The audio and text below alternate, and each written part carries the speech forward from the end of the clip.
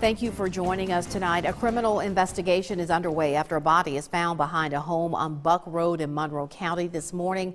Our Quentin Smith has been following this developing story all day. He joins us in the studio with the very latest. Quentin, what can you tell us right now?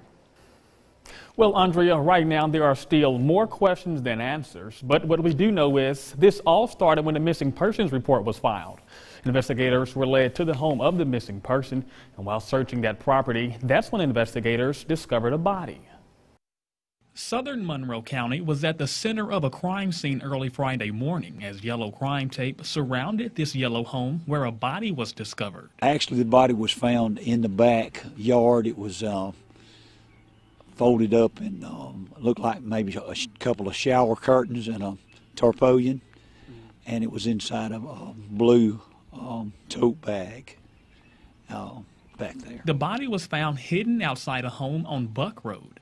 Monroe County Sheriff Cecil Cantrell says deputies were originally at the home investigating a missing persons report that was filed earlier in the week for a Monroe County man. Well, we had a disappearance of Mr. Stephen Huebner about Monday.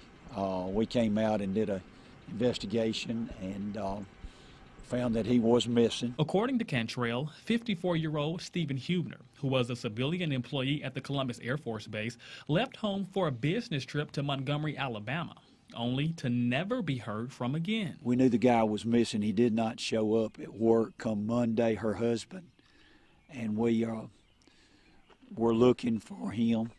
And we've been looking for him since then. Continuing their search, deputies pinged his cell phone.